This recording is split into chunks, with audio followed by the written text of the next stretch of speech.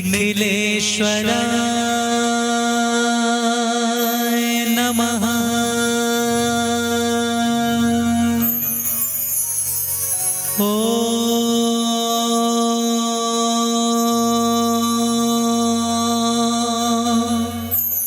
निखिलेश्वराय नमः।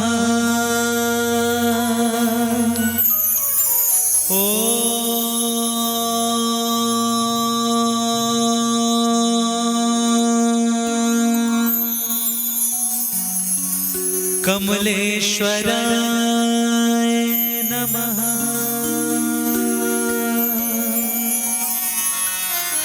आवाहयामि आवाहयामि आवाहयामि आवाहयामि आवाहयामि आवाहयामि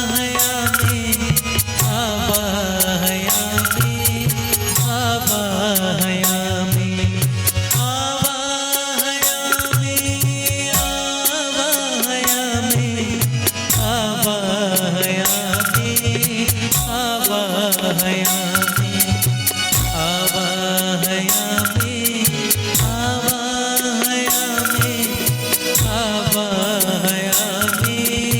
आवाहयामि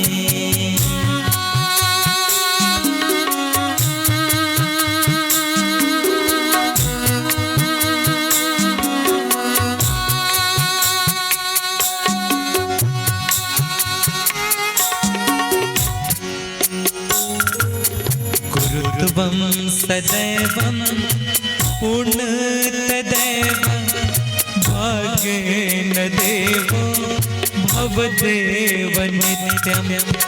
अहो भवान् मम पूर्णसिन्धुः गुरुत्वं शरण्यं गुरुत्वं शरण्यम्। आवाहयामि आवाहयामि आवाहयामि आवाहयामि।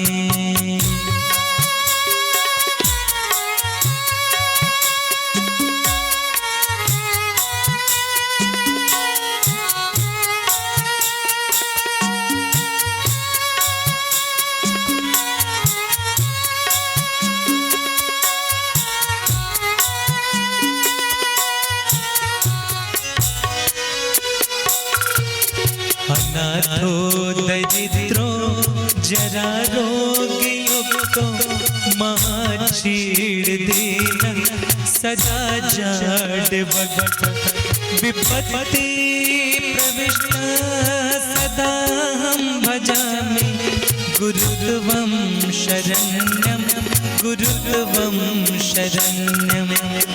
आवाहयामि आवाहयामि आवाहयामि आवाहयामि।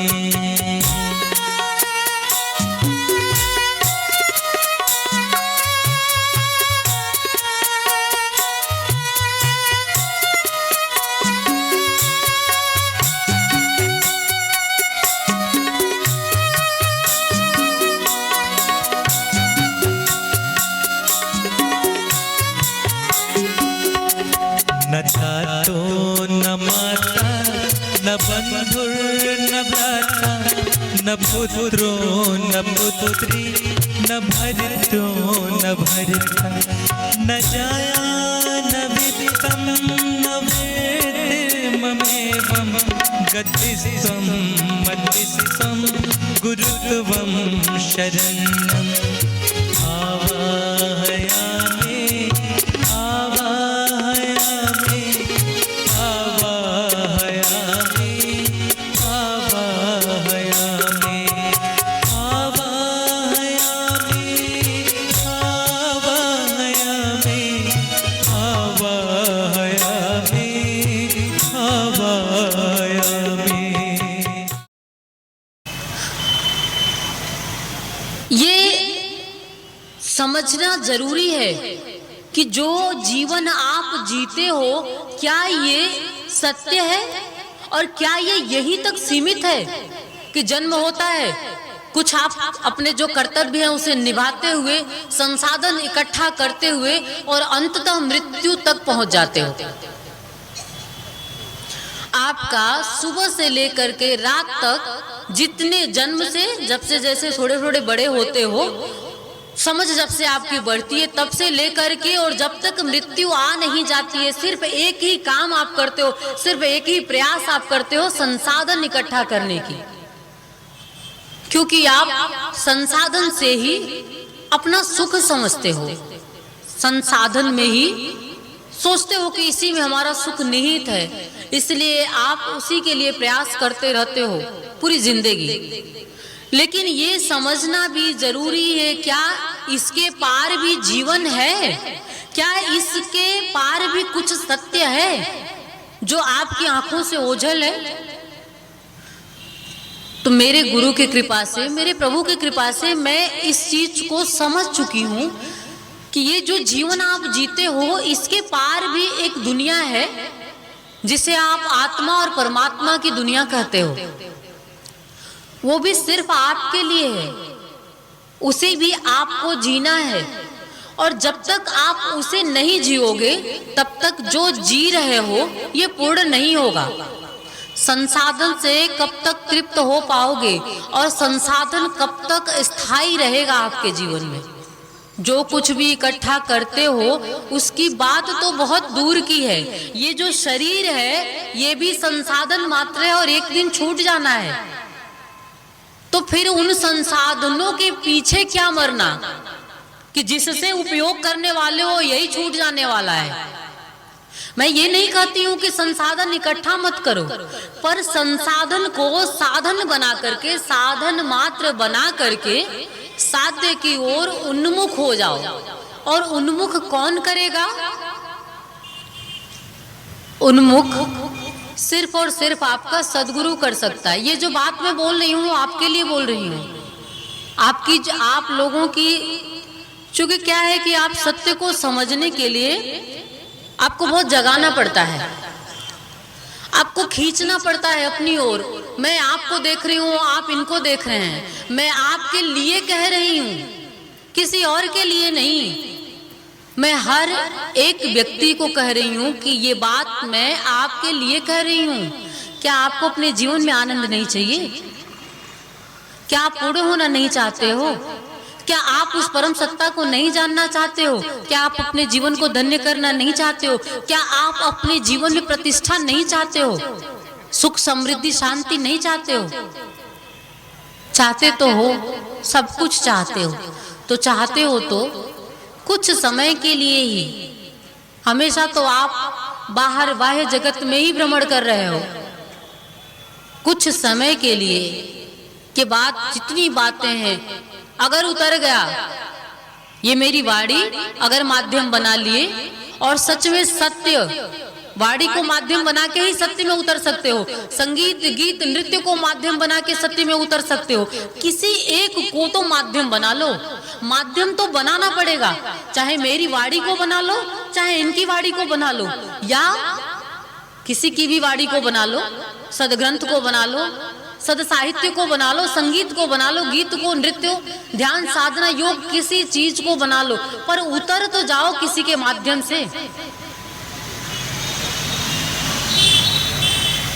मैं आपके लिए कह रही थी, आप किसी और जा रहे थे, इसलिए मुझे ये बात कहनी पड़ रही है। देखिए, सच में अपने जीवन का मूल्य समझिए। सदगुरु यदि जीवन में मिला है तो सदुपयोग करिए, अपने अंत में उतर जाइए उसे माध्यम बना करके। कुछ लोग देह में उलझ जाते हैं, कुछ वाणी में उलझ जाते हैं। जो भी देखते हैं गुरु को बड़ा बाहर से देख लेते हैं। कुछ आज की जो समाज की स्थिति है उस हिसाब से बता रही हूँ, कुछ सदगुरु में भी बाहर से बाहर देखते हैं और चरित्र में भी उलझ जाते हैं। गुरु ऐसा है, गुरु वैसा है, ऐसा होना चाहिए, आप ये सोचते हो। और मैं गुरु को इतना विराट दिखाती हूँ आपको, मैं कहती हूँ ये धरती गुरु है, आकाश गुरु है, आपका श्वास गुरु है। ये ऐसे बहुत सारे उदाहरण जो जगत में आपको दिखता है, जो कुछ भी दृष्टिगोचर हो रहा है वो गुरु है। इतनी सूक्ष्मता के साथ जब गुरु को देखोगे तब जो गुरुत्व आपके अंदर विराजमान है उस ऊर्जा को जागृत कर पाओगे। मूलाधार से सहस्रार तक यात्रा है आपकी। आपकी यात्रा सहस्रार तक नहीं हो पाती है,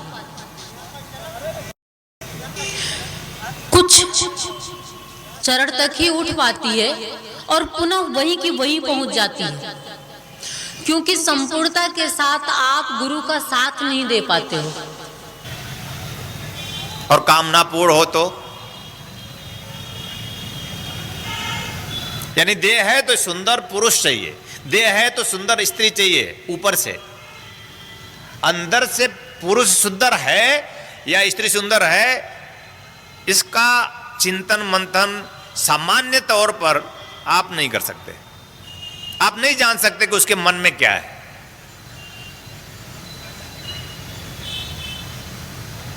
तो आप धोखे में हैं।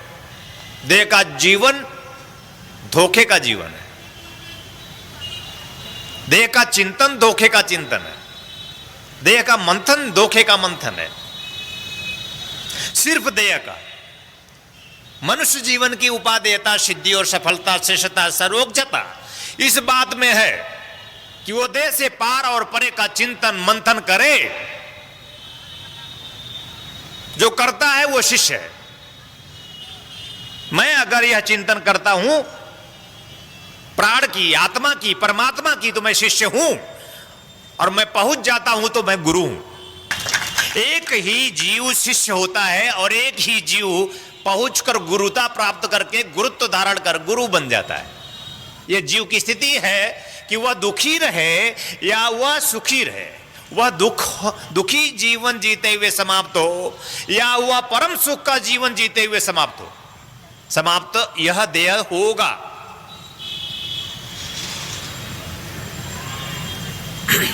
और यह बहुत दुख की बात है कि वर्षों से जुड़े हुए आप लोग सिर्फ देह के ही चिंतन में गतिशील हैं। यह दुर्भाग्य है। दुर्भाग्य क्या है? यही दुर्भाग्य है कि हमारा चिंतन हम में यह नहीं बना कि हमें देहगत जीवन से पार होना है। और जब तक पार नहीं होंगे, काम से मुक्त नहीं होंगे, और काम से मुक्त नहीं होंगे तो क्रोध तो आएगा। आपका कोई काम हो और पूरा ना हो, और कोई आपके बीच में यानी आपके काम के बीच में खड़ा हो, तो आपको क्रोध पैदा होगा। यानी जीवन देखिए आपका क्या है, देह है, देह से जुड़ा काम है, और वह काम पूरा करने के लिए जब हम प्रयासरत होते हैं और जब पूर्ण नहीं होता तो क्रोध होता है। आपकी कोई इच्छा ले लीजिए, किसी बच्चे की कोई इच्छा हो और माँ कहे कि ना ना ये ठीक नहीं है तेरे लिए, और बच्ची कहने ठीक है मेरे लिए, और माँ खड़ी हो जाए तो बच्ची के लिए माँ बाधक हो जाती है, तो बच्ची में क्रोध उत्पन्न होता है। काम की पूर्ति नहीं होगी तो क्रोध होगा। माता पर क्रोध, पिता पर क्रोध, स्वयं पर क्रोध, परिवार पर क्रोध, स्वयं के साथ भी हिंसा होगी। माता पर हिंसा, पिता पर हिंसा, पुत्र पर हिंसा, पुत्री पर हिंसा, परिवार पर हिंसा, स्वयं को भी काट लेना, स्वयं को भी चीड़ लेना, स्वयं को ही अपने आप में रक्त रंजित कर देना काम है। क्रोध पैदा हुआ काम से। देह से जुड़े थे, चिंतन मंथन देह से जुड़ा था, और देह काम से जुड़ा, काम से क्रोध पैदा हुआ।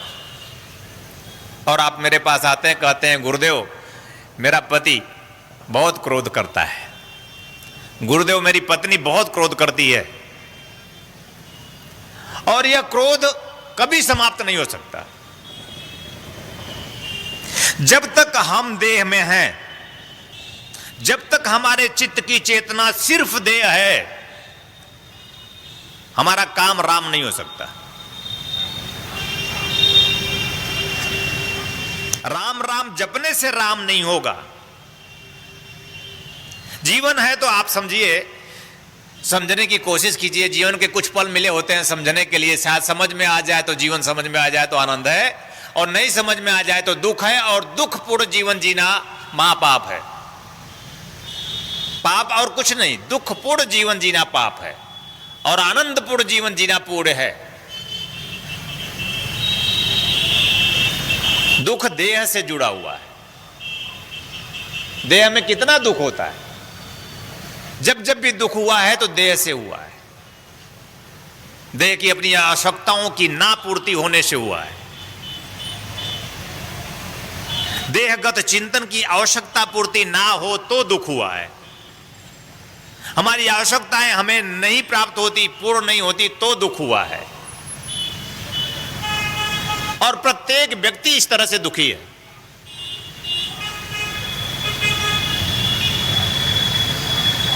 इस संसार का हर एक व्यक्ति दुखी है। किसी वस्तु के कारण नहीं, किसी पदार्थ के कारण नहीं, किसी संसाधनों के कारण नहीं, कि किसी गरीबी और अमीरी के कारण दुखी नहीं है।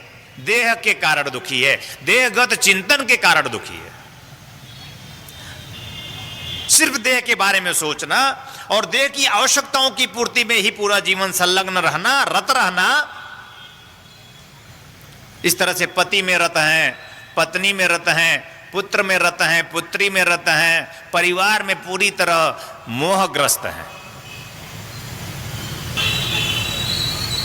कामात क्रोधो तो भी जायते, यानी ये जो काम है जब पूरा नहीं होता तो गीता भी परिणाम रखती है, गीता भी प्रत्यक्ष करती है प्रमाण कि ये जो काम है पूरा नहीं होता, देह से जुड़ा, तो हम में क्रोध होता है।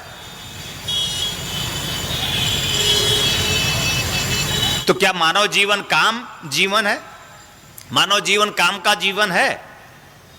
मानव जीवन क्रोध का जीवन है? क्या मानव जीवन लोभ का जीवन है? क्या मानव जीवन मोह का जीवन है? किसी भी शब्द शास्त्र में 108 उपनिषद हैं, किसी में नहीं लिखा है कि मानव जीवन काम का जीवन है। किसी में नहीं कहा कि मनुष्य होकर जीवन प्राप्त किए हो तो सिर्फ देहगत ही स्थितियों में रहकर मर जाना पशुता से भरी निहायत स्थिति है। पशु मर जाता है, कोई चिंता का विषय नहीं। मनुष्य मर जाता है पशु बनकर, तो एक चिंता का कारक है।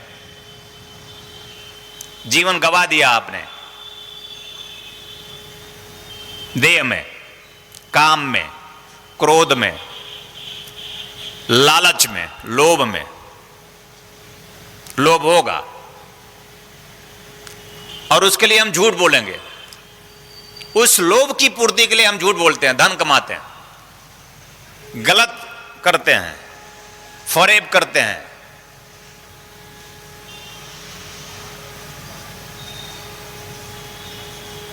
और हम तृष्णाओं में अपना जीवन जीते हैं। आपकी सभी इच्छाएं पूरी हो ये जरूरी नहीं, पूरी होती भी नहीं, होगी भी नहीं, ध्यान रखिएगा।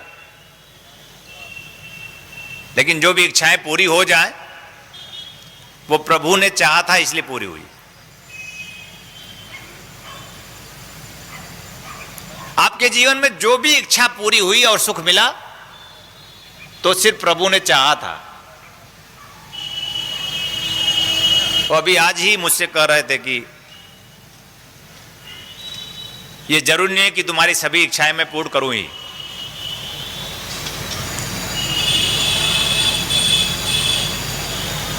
इच्छा पूर्ति होती नहीं, इसका अंत हो जाता है।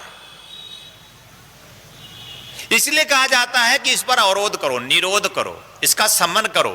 तृष्णाओं का, इच्छाओं का, आकांक्षाओं का, महत्वाकांक्षाओं का अपने आप में समन करना, दमन नहीं, दबाना नहीं है, समन करना है। दमन और शमन में अंतर है। दमन करोगे तो तुम अपने आप में कुंठित हो जाओगे, दमन करोगे ऊर्जा का तो तुम अपने आप में मानसिक विकारों से ग्रस्त होकर तुम बीमार हो जाओगे, अस्वस्थ हो जाओगे, तुम अपराधी बन जाओगे। ऊर्जा का दमन करोगे तो तुम अपराधी बनोगे। और यह पूरी मानवता ऊर्जा का दमन करती है या ऊर्जा का उत्सर्जन करती है।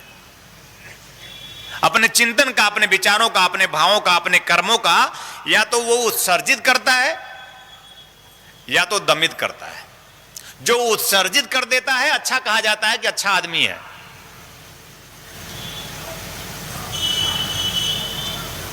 और जो दमित कर लेता है ऊपर से अच्छा बना रहता है, एक दिन अपराध करता है। एक सामान्य आदमी इन्हीं दो स्थितियों में जीता है, या तो वो ऊर्जा को दमित करेगा या उत्सर्जित करेगा। हमारा अध्यात्म दोनों को स्वीकार नहीं करता। दोनों रोग है और दोनों देह से जुड़ा हुआ है। दोनों देहगत जीवन जीकर समाप्त हो जाते हैं। अध्यात्म कहता है ध्यान में आओ, ध्यान में आओ। ऊर्जा जहां से उठी है उसी में उसका विलय कर दो पूरी तरह से। एक बूंद जहां से उछली है उसी में उसको समाहित कर दो, वह वही हो जाए जो थी। एक बूंद समुद्र से उछले और फिर समुद्र में गिरकर वही हो जाए। तुम भी जहां से उछलकर आए हो, तुम्हारा भी जन्म जहां से हुआ है, जब तक तुम उसमें नहीं समाहित होगे तब तक तुम देहगत जीवन से पार नहीं हो सकते। जब तक तुम्हारा चिंतन मन नहीं बनेगा। देह से काम है, मन से प्रेम है। देह से काम है, मन से प्रेम है। मन का स्वभाव प्रेम है, मन की प्रकृति प्रेम है। आप अंतर नहीं कर पाते। और आपका प्रेम देहगत ही है, मनगत नहीं है। जिसे आप प्रेम का नाम दे देते हो वह देहगत ही है। देह की इच्छाओं को आकांक्षा, एक देह के लिए आदमी अपना जान देता है। मैं तुम्हारे बिना अब जिंदा नहीं रह सकती, तुम्हारे बिना अब हम जिंदा नहीं रह सकते, जान दे देंगे। ऐसी बातें सुनने को मिलती है। यह देहगत दृष्टि है। देह समाप्ति की ओर ले जाता है। और मनगत जो स्थितियां प्रेम है, प्रेम जब होता है तो दोनों समाप्त होकर भी समाप्त नहीं होते। नहीं होता है और प्रेम होता है। उपस्थिति नहीं है देह की और प्रेम हो जाता है। सूरज तो फिर भी दिखाई देता है, हम उसे अभिषेक करते हैं, जलाभिषेक करते हैं, उसे जल चढ़ाते हैं। ओम भास्कराय नमः, ओम दिवाकराय नमः, है ना, ओम सूर्याय नमः, घृणिम आदित्याय नमः। आप उसको एक लोटा जल चढ़ा देते हैं, दिखता है तब चढ़ा देते हैं, बिना दिखे चढ़ाना प्रेम है। अभिवादनशील से नित्य वृद्धोपि सेविन चत्वारि तस्य वर्धन्ते आयुर्विद्या यशो बलम। हमारे सदशास्त्र में हमारे ऋषि ने कहा है कि अभिवादन करो उसका। वह कौन है? बोले बुजुर्ग है। नित्य वृद्धोपि सोई सेविना वृद्धोपि। वृद्ध कौन है? बोले जो देह में नहीं है, देह में रहते हुए देह से पार है। यानी हम जवानी में सिर्फ देह सोचे तो बुढ़ा गए तो सिर्फ, जवानी में सिर्फ काम सोचे तो बुढ़ा गए तो सिर्फ राम सोचे कि नहीं। हाथ पैर कांप रहा है, बोले अब राम राम जप लो। जब अपना हाथ खुद काम नहीं देता तो राम क्यों काम देगा। मानव जीवन की व्यवस्था कि जिंदगी भर राम ना ही जपे और अब अंतिम में समय आ गया तो राम जप लो। यह मानव जीवन की अपूर्णता है, एक संकीर्ण सोच है, एक चालाकी है, एक चतुराई है, एक छल है, एक छद्म है। यह ईमानदार नहीं होता, क्योंकि इसकी दृष्टि देह में होती है। जब इसकी दृष्टि देह के पार सोचे प्राण में, देह मन बीच में है, मन सूक्ष्म है, देह स्थूल है, मन सूक्ष्म है, प्राण अति सूक्ष्म है, इन तीनों में ही रहिए। आनंद टीवी से जुड़ने के लिए आप हमें व्हाट्सएप करें 9277395752 पर।